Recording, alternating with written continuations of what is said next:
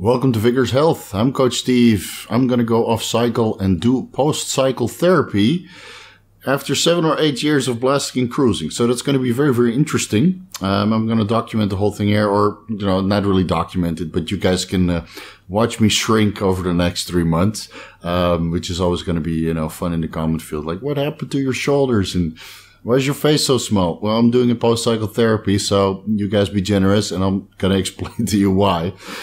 I did it's going to be a little bit long story. So I do my cancer markers. Don't worry, I don't have cancer. Just presumptive. Yeah, I'm going to answer the question for you. I don't have cancer. Yeah.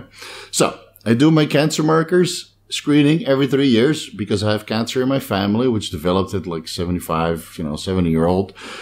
But I take growth hormone consistently for the last 8 years now. So, I'm going to make sure my health markers are in range, including my cancer markers. So all my cancer markers came back totally normal, same as the last couple of times that I checked it, except my neuronal specific annulase, which was about 50% out of range. So being the natural health freak and hypochondriac that I am, I freaked out. I started frantically Googling what would be the reason why it's elevated. Now, neuronal specific annulase is a cancer marker for lungs, brain, pancreas, thyroid. So it's one of those markers that is not really specific to a single organ. It can be elevated in cancers of many different organs. So it was a little bit hard to draw a conclusion, with Google and PubMed and Science Direct and Google Scholar.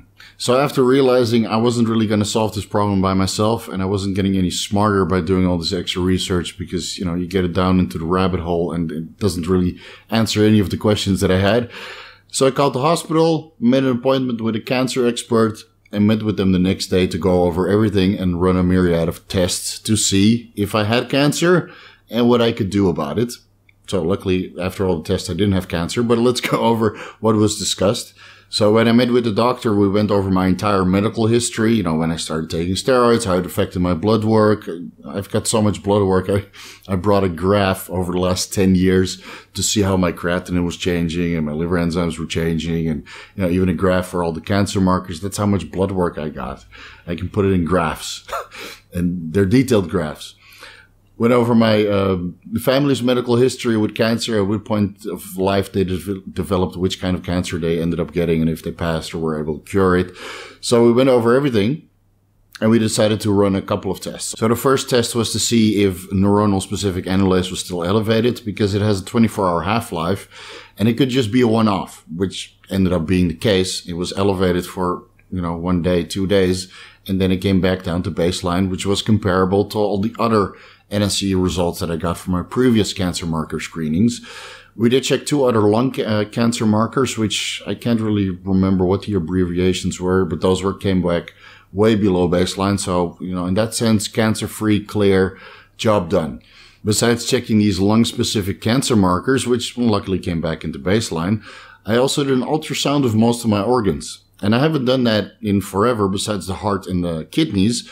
So I checked my heart in an ultrasound about 3 years ago. It was diagnosed as moderately enlarged. Luckily, there was no right ventricle or left ventricle asymmetrical enlargement. It was symmetrically enlarged with a normal ejection fraction. So it was just typical athlete's heart, basically. I did an ultrasound of my kidneys when my creatinine levels came back 2.1 milligrams per liter, which is really, really high. But back then, I didn't realize that training could elevate creatinine levels as well. So I did like an insane leg workout the day before with 100 rep set at the end, 100 rep leg presses with 3 plates or something. Just keep going until you get 100 reps. A tremendous amount of muscular damage. We're probably spilling out a ton of creatinine in my blood. Did that on Saturday, checked my blood work on Sunday. Creatinine sky high. I thought I had kidney failure, which was not the case. So I did my ultrasound and a 24-hour urine check. On the ultrasound, my kidney looked perfectly fine. No glomerular sclerosis, no kidney stones, no nothing. Yeah? Perfectly healthy. But when your creatinine is a little bit high from an insane leg workout, you're probably not going to filter out 100% in 1 day. It might take several days for creatinine to come back to baseline, which it did. It was 1.4 a week later. Again, you live and learn probably the hard way when you're in bodybuilding. And I don't waste time. When I see something off, I go straight to the hospital and get it checked out. Because the last thing you want to do is put your head in the sand and then let it progress further to the point you can't fix it anymore. So I'm not that guy, so I went straight to the hospital when I saw one marker off. Checked all the organs, prostate, normal size. Kidneys, normal, nothing going on, no stones, no glomerulosclerosis, nothing going on. Perfectly healthy, yeah? Bladder, healthy. Colon, stomach, healthy. Pancreas, normal size, healthy. But the liver had moderately or mild to moderate signs of fatty liver disease, which is to be expected when you take steroids for 7 to 8 years straight, blasting and cruising. And let's say I was blasting 50% of the time and cruising 50% of the time. And when I say cruising, it's 250 milligrams test, 1 ampule of testosterone intake per week, maybe with some neurosteroids like DHEA and pregnenolone on top. I didn't do that at the beginning, but I've been doing that recently because, well, I'm getting older and DHEA and pregnenolone levels are going down. So I supplement that on top. And the other time it was, mostly on test, high test, to 500, 750, 2000. It was pretty high. So I went back through all my blood work to see when my liver enzymes didn't go back into range anymore, because they've been chronically elevated for like a year and a half. So early this year in April, when COVID hit, I took a scheduled month off. That was the whole plan. And then COVID hit. So it was, perfect timing on my sense, because the gyms closed right around the time I wanted to stop training for a month. My liver enzymes went from, let's say, 80 to 100 to 40 to 50, which is about a 50% reduction. At that time, I figured it was enough, because you still take certain supplements that increase liver enzymes a little bit. I might have had a glass of wine or 4, 10, during the time that I wasn't training. So I figured, liver enzymes are close to the normal range and not as elevated as they used to be, because my liver enzymes have been like 80 to 100, 120, when I was running Superdrol. That was 150 even. 150 units per liter when I was running Superdrol for, a photo shoot. So it's elevated. Yeah, let's just put it that way. And I went back through all my blood work. And guess which diet increased my liver enzymes and never came back? It was the carnivore diet.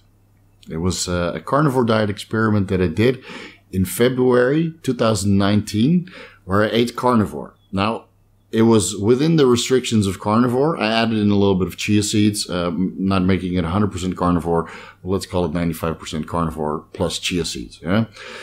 I was eating 5,000 calories, and it's very, very difficult to get all that from food or from beef. Yeah. So I was eating a ton of beef, a little bit of salmon to get my omega-3s, and all the extra calories came from cheese and butter, which is loaded with saturated fat.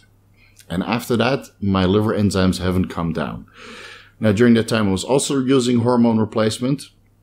I was using growth hormone. I wasn't using insulin because I was eating so much saturated fat that, saturated fat and insulin, it's not a good idea. And the whole point of a carnivore diet, similar to a ketogenic diet, is to keep your insulin secretion very, very low. So I wasn't going to put, long-acting insulin on top of that. So after 28 days on carnivore with a ton of butter and a ton of cheese and, bone broth and suet and basically high saturated fat diet, I think I was eating 150 grams of saturated fat per day, which is astronomically high. I felt great. To be honest, my digestion was good. The bathroom experience was not so good without the fiber. That's why I added in the chia seeds.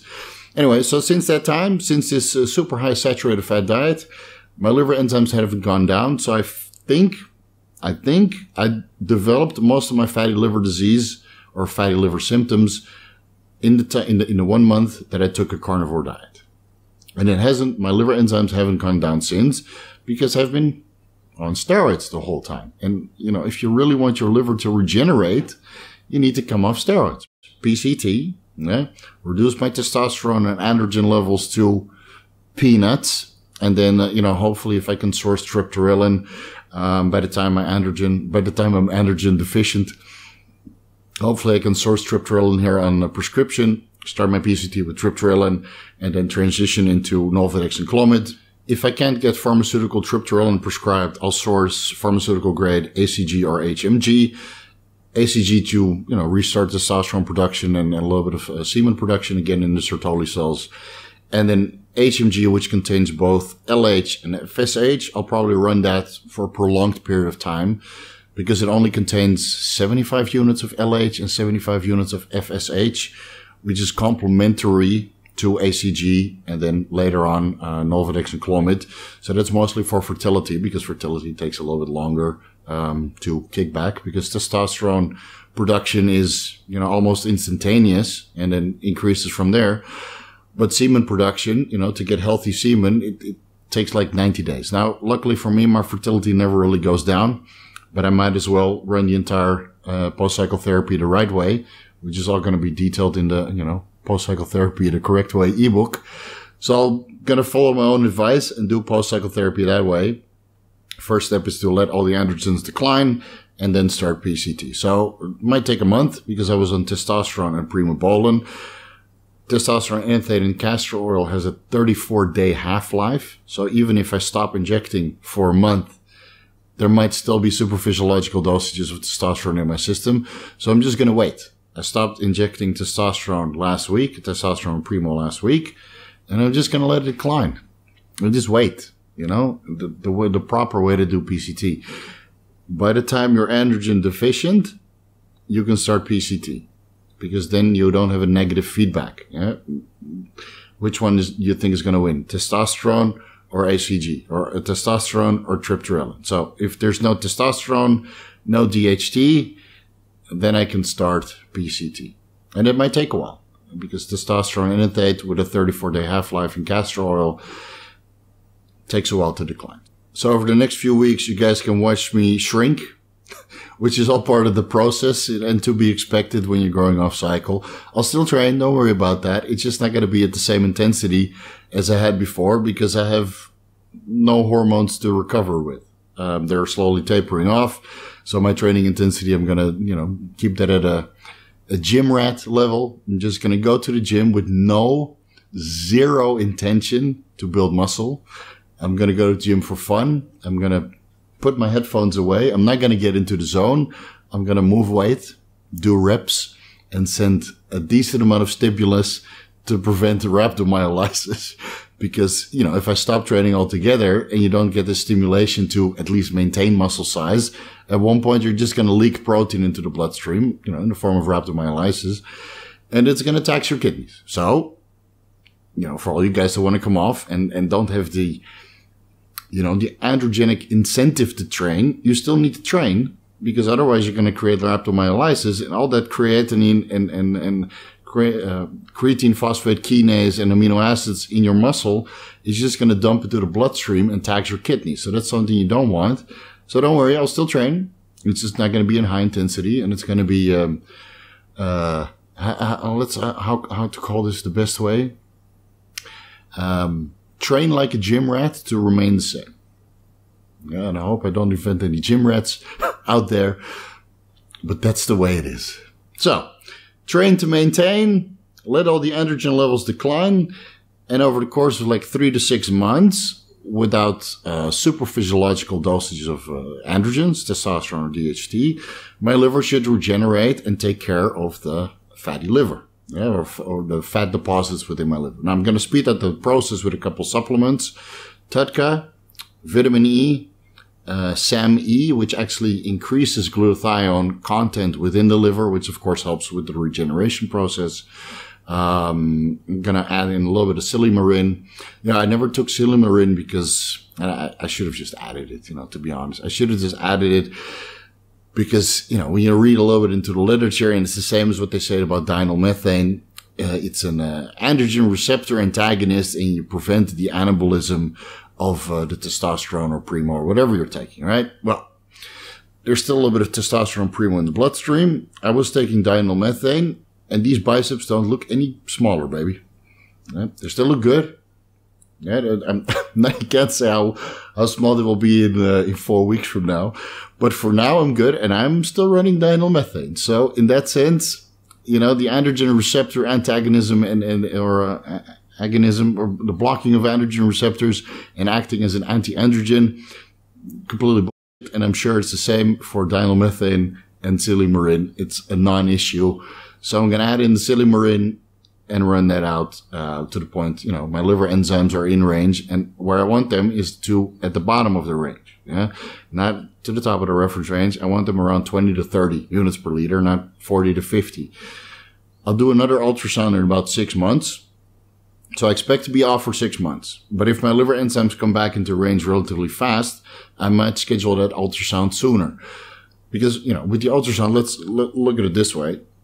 On the ultrasound, it should be clear if I still have fatty liver or don't.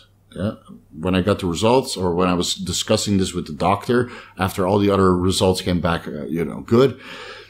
The last thing we discussed was the liver. We discussed a couple of protocols. They usually resort to medication. And do you drink? No. Do you smoke? No.